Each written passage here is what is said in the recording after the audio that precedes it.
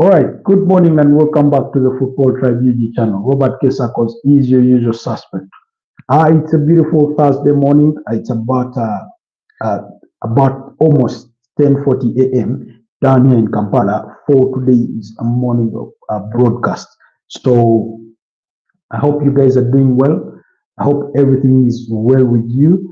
Allow me to do the honors of having our audios tested before we get into today's conversation that will be dominated by the latest reports from the transfer uh, speculation and news and all things in that regard. So I think we're good to go in as far as audios are concerned. But welcome back to the channel.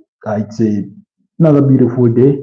I want to send my shout outs to Suzanne, um, who was with us yesterday. One of those that was with us yesterday for yesterday's night broadcast.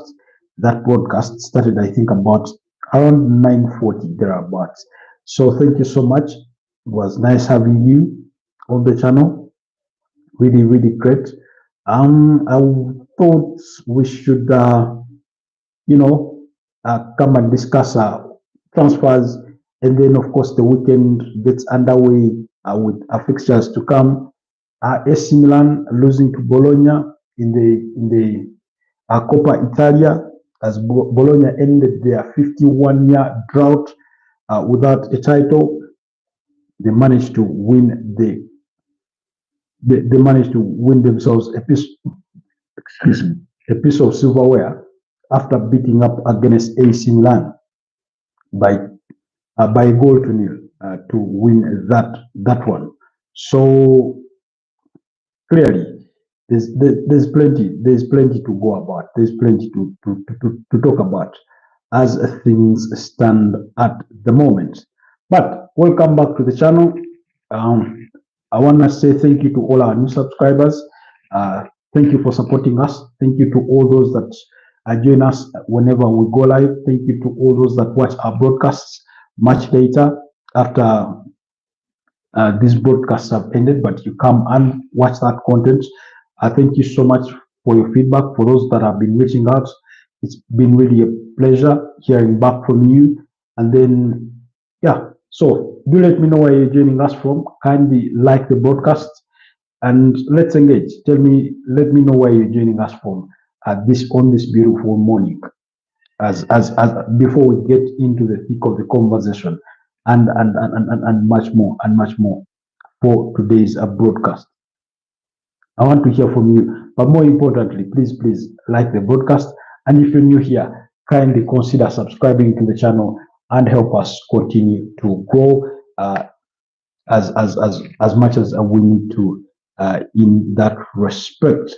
But yeah, like I said, plenty of news making the rounds, but so far it's Real Madrid and Manchester City are dominating the affairs of the news as far as transfers are concerned. It's not to say that other clubs are not, expressing their interest and making moves. They are making moves, but I think we should expect more to come as we reach the tail end of this month. So yeah, things are really making the rounds. Yesterday, Arsenal did welcome back one of their injured players who had been out for a period of 3 months or so. And then Declan Rice, there's news about Declan Rice. There's news about Leandro Trossard. And then, yeah, also yesterday we did, I think, sort of, I can't say conclude, but we did have another lengthy debate about, the Arsenal fans and their sort of a decision or debate between Benjamin Sesko and Victor Gyökeres. We did have that debate yesterday, and it was quite interesting to have. But like I said, let's start off from sorry, excuse me. Yes, let's start off from Italy, where Danny Ndoye scored the only goal as Bologna beat up against AC Milan to win the Coppa Italia. Remember, AC Milan had knocked out, I think, their rivals in Inter Milan to reach the finals of this competition, but Bologna sort of getting into their best form at the right moment in the season, and that has propelled them to a triumph of the Coppa Italia to end their 51-year drought. And then, of course, I think they kicked about into form in the right time, as well as AC Roma, who are in search for a new manager and that kind of thing. But that's the news from Italy. And then, speaking of Italy, AC Milan are still making news because Real Madrid and Manchester City are set for a bidding war for their midfielder, that is Tijjani Reijnders, or so that's for the Dutch international, and that news is making the rounds. But anyways, let's formally begin the discussion. So, like I said, let's start things off at Arsenal, where they did welcome back Kai Havertz from a long-term injury. Remember, he did suffer a hamstring injury during Arsenal's training camp away in Dubai. I think that was either late January or early Feb. Thereabout. That's when he suffered his hamstring injury. He needed surgery. He underwent it and has been sidelined ever since then, been going through rehab.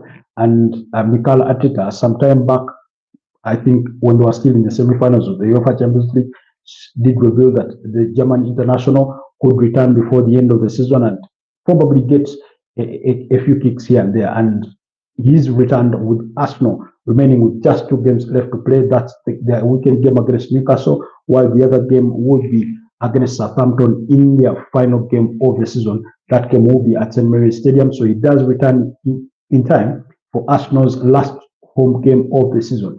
And then also, he comes as a sigh of relief because Arsenal have dealt with a blow after blow in regards to injuries this season. We all know that over the weekend they lost Leandro Trossard to what is feared to be a hamstring injury, although initial reports do suggest that it may not be as bad as that of what Gabriel Magalhaes, Bukayo Saka, or Kai Havertz himself did suffer earlier on in the season. Let's hope for the best on that regard.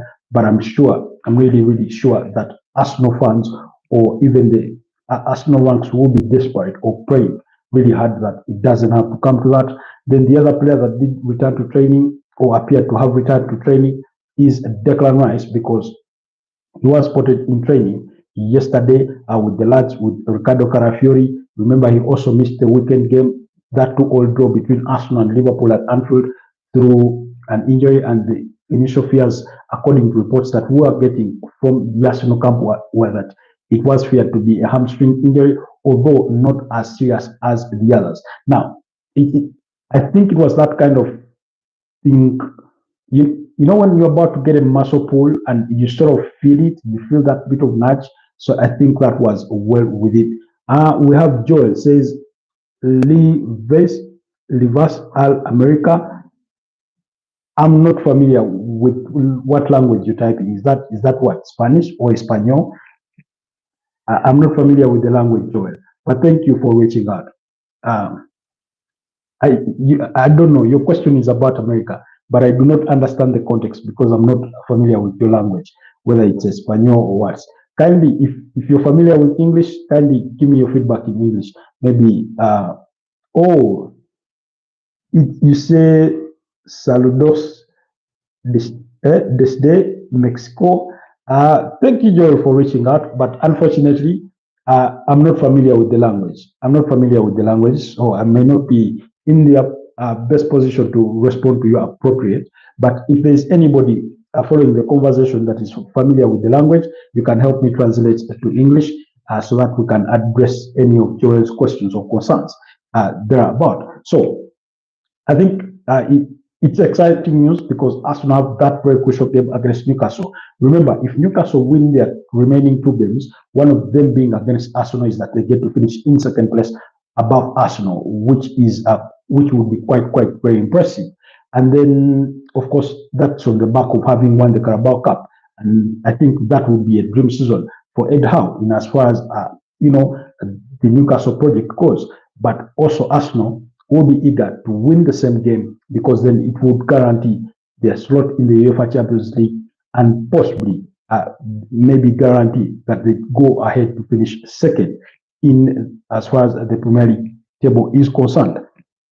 So that's the importance of that game, but it's really, really good news around the Arsenal camp after they welcome back Declan Rice as well as Kai Havertz. Now, I cannot sit here and make judgment or even speculate that both players will start in that weekend fixture against against Newcastle, but we will wait to see and hear from Mikel Arteta, who I do understand his post-match, pre-match press conference does come tomorrow in the afternoon. That's on Friday ahead of that weekend fixture. Then maybe important to note is that with Leandro Trossard absent, the expectation is that and remember Mikel Merino is also suspended after his red card against Liverpool. So that means they do not have Mikel Merino, who was played as a false nine, but over the weekend played as a midfielder. So that means you do expect Gabriel Martinelli to lead the lines as the center forward in that game, Bukayo Saka, and then the question is whether it is Raheem Sterling or Ethan Nwaneri that start on the other side. And then if Declan Rice is fit enough to start, then you would start alongside Martin Odegaard, Thomas Partey, and himself in that midfield. But if he's not fit enough to start, then it begs the question whether it will be Miles Lewis Kelly that will be pulled from left back and be played in that left midfield role, or Alexander Zinchenko will be called upon to fit in that role and relieve Miles Lewis Kelly at left back, where they also have an option in Ricardo Carafiori, who has also recently returned from injury and featured in their 2-1 loss to PSG in the semi-finals, and also featured in that weekend game against Liverpool. Of course, he did come off the bench. I think Mikel Arteta brought on three left backs in Zinchenko, in Ricardo Carafiori, as well as Tijjani in that game. So again, because of his limited options on the bench, and that has characterized basically Arsenal's entire season up until this stage. So we'll wait to see what he gets to do when he is that moment. But let's wait to hear from what he and the team doctors have to say ahead of that fixture. Possibly we'll have maybe an engagement after the pre-match press conference, or our broadcast may certainly be maybe will be coming before that. That's for tomorrow morning, but we will look to see where that goes. Then allow us to move on to transfers. But before we go to transfers, news at Manchester United. Now, Manchester United, I do not know whether we should call it bad news or good news. It will depend on how Manchester United fans perceive this. But Ruben Amorim has offered to buy tickets for 30 members of his staff, and that which could allow them to travel with one or two of their family members to be present for their finals of the UEFA Europa League at San Mamés. We spoke about that yesterday, but then I was following some feed on social media, and Eric Cantona has offered to pay for some. Patrice Evra has offered to pay for some, and I think the other could be Rio Ferdinand. The all Manchester United legends that have come up to offer, to buy match day tickets for some of Manchester United's backroom staff, so to make sure that they do go to Spain to watch Manchester United versus Tottenham Hotspurs for the Europa League final. Remember, Manchester United are returning on the European scene final for the first time, I think, since 2021, when they lost that final to Villarreal. I think it was a 4-2 on penalties after a 1-1 draw in normal time.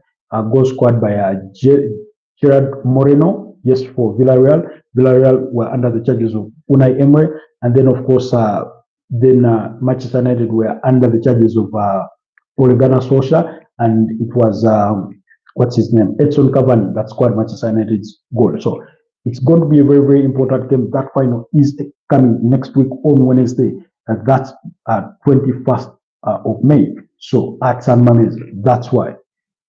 So quite important news there at Manchester United.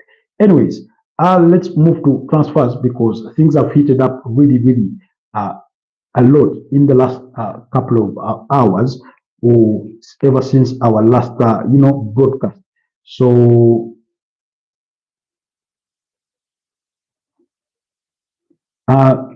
let's start at, at AC Milan, where Sergio Conceição's chapter at AC Milan will be over at the end of the season. That's according to Fabrizio Romano. João Felix will also leave Milan and return to Chelsea. Now, we've spoken about João Felix beforehand. I did wonder why Chelsea went out to spend that money that they did spend to try and buy him, because he had been on a sort of loan spell prior to that. But while he played good football, it wasn't that impressive to really entice Chelsea to buy the player. And then they bought him. It's not really worked overall well. Yes, he did feature in some games. He looked brilliant, scored a couple of goals here and there, and then was loaned to AC Milan, where he's equally not impressed. And that's why they are eager to let him go at the end of the season. So, but anyway, Sergio Conceição, that's the former FC Porto manager, will be leaving AC Milan at the end of the season. So his chapter with AC Milan will be over. I think in the aftermath of losing that final against Bologna, things didn't really look impressive. So, anyways, let's still transfers. Liverpool are edging closer towards the signing of Jeremy Frimpong. That's the right back from Bayer Leverkusen. Remember, Liverpool are trying to replace Alexander Trent-Arnold, who will be on the move in the summer to Real Madrid. Now, it is also being reported, according to some sections, that Liverpool are looking to decline Real Madrid's £850,000, about €1 million, in what was to be considered as contract compensation for Liverpool to let Alexander Arnold out of his contract before it actually ends. Like we spoke yesterday, I said usually player contracts end in the month of June. So, for example, if a player signs up to, let's say, until 2026, that means usually the contract ends at June 30th, 2026. Now, because Real Madrid want Alexander Trent-Arnold to be part of their squad that features in the FIFA Club World Cup that I think kicks off on about 12th or 13th of June, they want to talk to Liverpool to let Alexander Arnold out of his contract early, so that, and then they pay them a €1 million compensation. Of course, in some sections, that figure has been reported to be about £1 million. But again, regardless of what it is, according to reports, that is according to the Sun, they are likely to reject that offer for Alexander Trent-Arnold. I don't know. Excuse me. I think that would be one, unfortunate, but also maybe Liverpool just trying to play hardball with the player. Maybe they do not want to give Real Madrid the satisfaction, whichever way you may want to call it. It doesn't really pretty. I mean, let him go. The decision is already been made. So, in any case, you get compensation and do not get to pay Trent Alexander-Arnold his wages, if that's the agreement anyway. So, there's that. Still speaking by Leverkusen, Jonathan Tah is destined for a move to Bayern Munich. The 29-year-old German centre-back has been quite impressive over the last two seasons, including their title-winning season in 2024, winning the German Bundesliga under Xabi Alonso. Jonathan Tah has proved to be quite a solid defender and a leader, in that backline, and Bayern Munich did identify him as their replacement for Eric Dyer, who will be joining AS Monaco. Actually did confirm himself that earlier on yesterday that he will be joining AS Monaco. So Jonathan Tah to Bayern Munich is edging closer because the club has given a green light on the player compensations or the finances required therein. That's to do with agent fees. Because he's a free agent, the sign-on fees you expect, and then the salary. But while they wait to wrap that deal up, it is reported that Barcelona are also poking around to see if they can sort of convince the player to move to Spain instead of staying in Germany. So it will be up to the player to make his final decision, because he's not yet actually made the final decision. But Barcelona, under the charges of Hans Flick, who was a manager in German football at Bayern Munich, are circling around Jonathan Tah to see if they can win him over. So remember, pretty much like Real Madrid, Barcelona, and Bayern Munich have been always circling around players whose contracts are really expired. So, but we will leave that at that for now. And then still at Bayer Leverkusen, again yesterday we spoke about their star player in foreign Bats, who is attracting major interest from Manchester City as well as Bayern Munich and Liverpool as of yesterday. Now, Liverpool did express their interest in wanting to sign foreign Bats. Very, very brilliant player. Very brilliant player. Now, when you talk about the major talents of the current generation and in terms of young players, Foreign Bats is one of those in the same line with Lamine Yamal, in the same line with Jamal Musiala. Of course, depending on how you see it, you may mention Michael Olise in that conversation.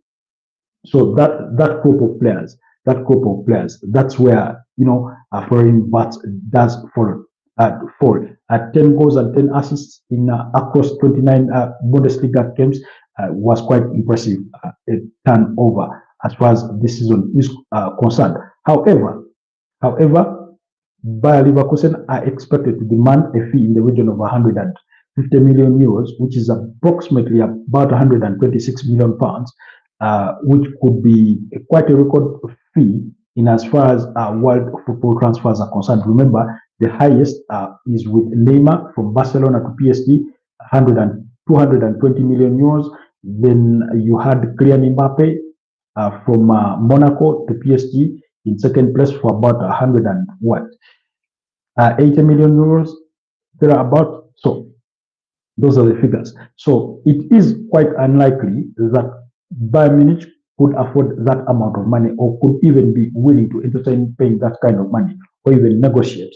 Then two, Bayer Leverkusen do not want to sell to their direct rival in Bayern Munich. They would rather the player moves to at least the Premier League, and it is reported according to the Athletic that the player does prefer a move to England as opposed maybe to staying in Germany. But remember, Germany is home, so anything can change at any time. Nonetheless, on Tuesday, he did travel to England to have talks with Manchester City, with his representatives. According to reports, he traveled with his father and mother. Of course, his father is reported to be his agent. They did travel to Manchester City to meet Manchester City officials over a potential deal. So that means that Bayer Leverkusen gave him the green light, want to travel, but also negotiations have reached that kind of stage, or that kind of sensitive stage that the player can even travel to meet, some of his suitors. And it's on the same day that Liverpool then expressed their interest in the player. That's foreign Bats. Any club that views themselves as a gigantic club across Europe would be interested really in a player like foreign Bats. And that's why, because of Xabi Alonso's pending move to Real Madrid have sort of been mentioned in that conversation, but I think it's more wishful than actually concrete that they have interest in the player. I think it would largely depend on Xabi Alonso saying, yes, we do have Adagula, we have Brahim Diaz, but Foreign Bats is the guy that I want. And it wouldn't come as a surprise if that were to be the case at any level whatsoever. So, anyways, moving forward, the name that has made the most news in as far as transfers are concerned, between yesterday and today, and maybe a day before, has been none other than Dean Howson. Now, Dean Howson, the AFC Bournemouth centre back, is attracting a lot of interest from Real Madrid, Bayern Munich, Arsenal, Liverpool, as well as Chelsea. We've spoken about that at length, about their interest, but Real Madrid have moved ahead of everybody else to try and sign the player. And as of close of business yesterday, Real Madrid had an agreement or an understanding with AFC Bournemouth on the structure of payment terms for the £50 million release tied player.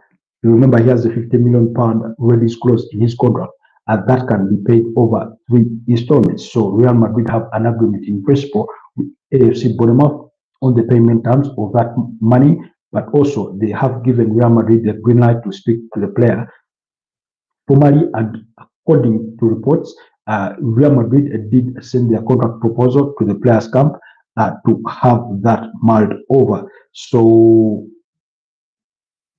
and this is all happening fast because Xabi Alonso did request Real Madrid to accelerate that move for the Spanish defender. And this is what Fabrizio Romano had reported. Xabi Alonso asked Real Madrid to accelerate on Dinhausen deal as ideal quick solution for a top talent. As Premier League clubs wanted to get the deal done already last week, but then decided to wait and give priority to Real Madrid. Team meeting took place on Monday. And then he comes back to say, understand Dinhausen's camp has landed in Madrid to close the deal with Real Madrid. That's as of this morning. Length of contract being discussed with 5-year on table, with 5-year deal on the table, deal done club to club for £50 million clause to be paid in 3 installments, players contract being sorted. Now it's reported that that money will be paid between 2025 and the end of 2026. For that, that's the agreement that AFC Bournemouth do have with Real Madrid. So, I mean, unless there is any complications whatsoever, which I personally do not foresee coming, or I do not expect to suffice, is that Dinhausen will be a Real Madrid player because they want to sign him before the kick-off of the FIFA Club World Cup that's going to be in the United States of America. That's starting next month. So that is that with Dinhausen. Then the other player that is still in the same conversation with Real Madrid and the Premier League club is Tijjani Reijnders. That's the AC Milan Dutch midfielder, was attracted interest from Real Madrid and Manchester City.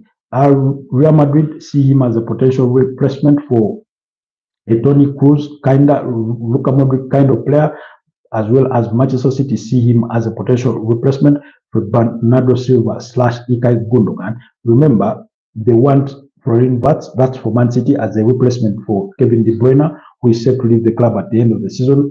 Kevin De Bruyne attracting interest from the likes of Aston Villa and AC Napoli, but Tijjani Reijnders, who predominantly plays as a number 8, has attracted interest from both Real Madrid and Manchester City. And Manchester City are expected to send in their first bid in the region of 70 million euros, which is what is also being reported that Real Madrid will be looking to table to AC Milan to try and entice the player into making the move. Now, he plays predominantly as a number 8, but he can also play in a deeper role. That's in the number 6 role. Also, he scored about 15 goals across all competitions, 10 of those coming in the Italian Serie A, where he's also equally provided for assists. So he's a very, very good player, and any of the sides that would really get him would be quite impressive. I mean, I do not wish Man City to get Florian Wirtz and get Tijjani Reijnders at the same time. Not really. They will go ahead to rip Premier League teams apart. So especially understanding that they've already signed Nico Gonzalez, a midfielder from AFC Porto in January, that they signed Kushanov, that they went on to sign Omar Mamouche and Victor Reyes from Pyramids in January. So really, that's not something any Premier League Man City competitor would want to see. But here is what Fabrizio Romano also had to say this morning about that particular deal, is that Man City will submit a formal opening bid to AC Milan for Tijjani Reijnders. Now, I know many of you are going to pronounce the name as Tijjani, but there's a way they sort of, anyway, depending on how you announce it, some of this. But Tijjani Reijnders, in the upcoming weeks, Reijnders wants to focus on final games of the season with Milan and Man City. Respect that. Then bid will follow next week, as he is the main target at number 8. Now, like I said, Manchester City do expect Bernardo Silva to leave the club, and even though they extended Ilkay Gundogan's contract, they are willing to listen to offers for the German international, and that's why they are in the market to try and sign and to try and sign a midfielders. So you do expect that in the midfield they will sign at least two players, and then they will look to sign a left back, uh, and we will see who they set their sights on.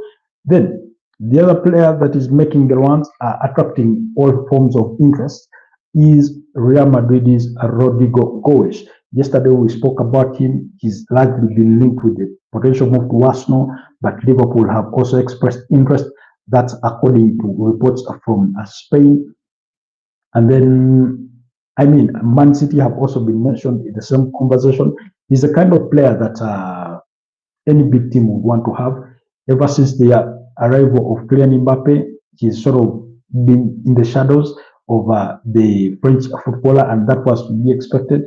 He predominantly prefers to play on the left, but he can also play on the right, and also in that center forward role. He's a very, very versatile player. Rodrigo Goes, only 24 years of age. I think any club that would sign him would really, really have done a tremendous job. Maybe the hiccup there is what Real Madrid could be asking for the Brazilian international, because he's still quite young, 24 years of age. You do expect, initial reports did suggest that Real Madrid would demand a fee in the region of 100 million euros. That's about 84, 85 million pounds. They're about pretty much what it cost Real Madrid to buy Gareth Bale from Tottenham Hotspurs. I think in the aftermath of the 2009-2010, a Premier League season or thereabout. So and that kind of thing. So that's the expectation. So those are some of the major reports that are coming our way in as far as transfers go. But in regards to more speculation, here are some of the other reports that are, yes, relating to Rodrigo.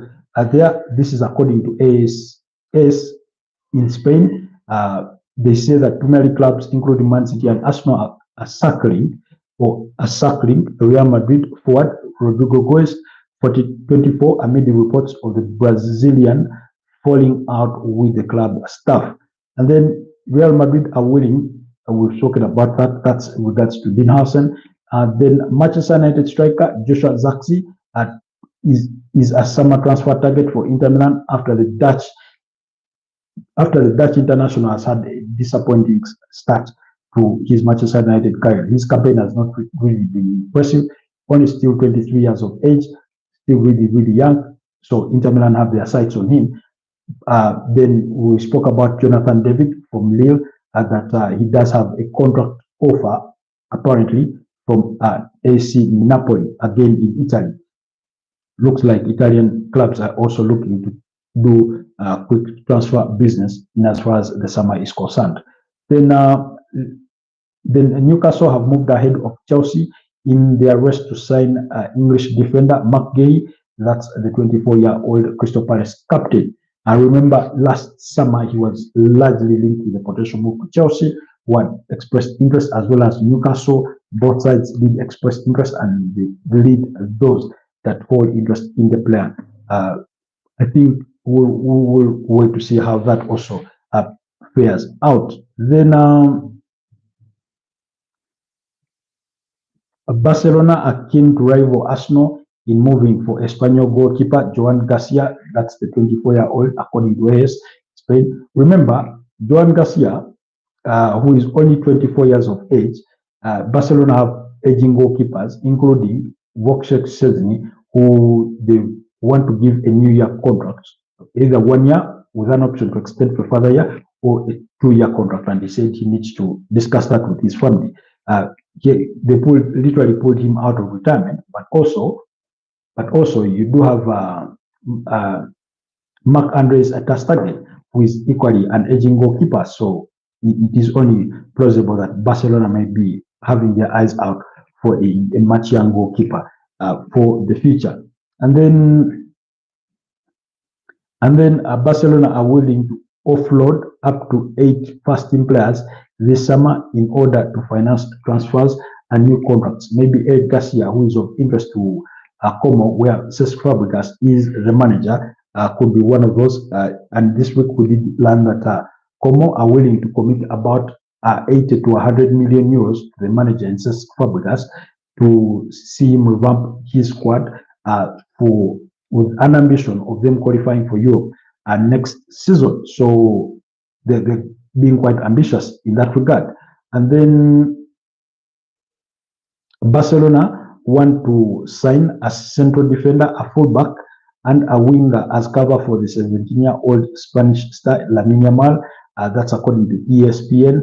And then RB Leipzig's Xavi Simons is ready to leave the club this summer, despite the 22-year-old Dutch midfielder, an attacking midfielder, Kamuinga, only signing a permanent deal in January. Remember, RB Leipzig, he had been playing for RB Leipzig, but he was on loan from PSG, so they only permanently signed him in January. But they'll be willing to, the player wants to move on already.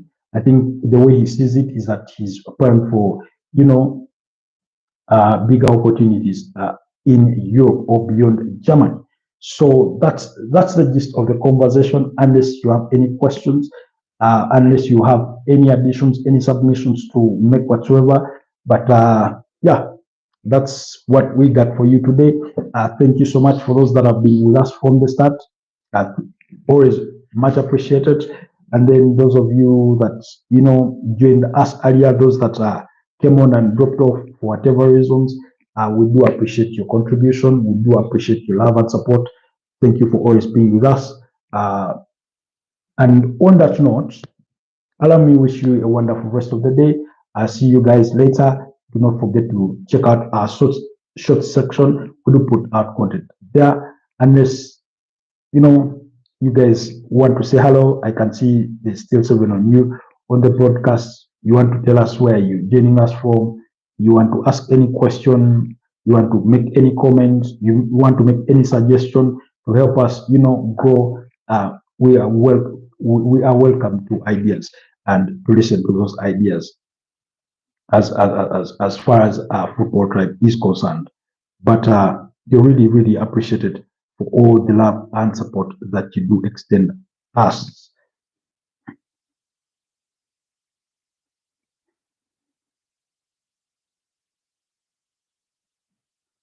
So, anyways, it's a 11:15 a.m. Allow me wrap it here. Let's meet later in the day, possibly in the early or late evening, depending on what news there will be, to speak more of these matters. Transfers are a never-ending topic because every hour or every passing hour, usually there is a development on player movements, on varying interest and things of that kind. So yeah, just keep it on the channel, and we'll do our best to keep you abreast of all the developments that will come our way in that regard. But the weekend is gearing up, and there will be plenty of action for us to look forward to in as far as the weekend is concerned. So plenty of games in the Spanish La Liga. That's today at Osasuna up against Atletico Madrid, Rayo Vallecano up against Real Betis, Espanyol against Barcelona. That's the Catalan derby, as well as Getafe versus Athletic Bilbao. And then, of course, you do have the English League One playoffs and things of that nature.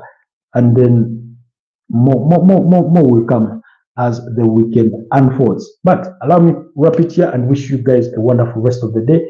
It was nice having you. Always good catching up with you. Quite thankful for those of you that chose to spend your mid mornings with us between 10 a.m. and 11 a.m. But before I let you go, guys, I want to bring you in the know of this exciting offer for those of you that may be interested in learning some digital skills like web design, digital skills like cybersecurity, like coding.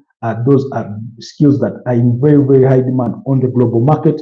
So do check out Able State Africa. They do offer, in-person and online digital skills training sessions for those courses or for those skills. That's coding, web design, as well as cyber security, and as well as career guidance tips. And they also help you find a job after their training. So do check them out. There's a 5% discount for you. I'll leave down the link in the description for you guys to check them out. And you know, you never know, you could use those skills, especially when it comes to cyber security, when it comes to coding, when it comes to web design. Those are really, really important soft skills that are quite on demand in the global market today. So Able State are based in Kansanga, Kampala, offering both in-person and online digital skills training sessions, career guidance, and help their members to find jobs in the dynamic digital space. So be sure to check them out. I'll leave their link down in the description so that you guys can go ahead and check them out. Otherwise, thank you so much. Have yourselves a wonderful rest of the day. Bye-bye.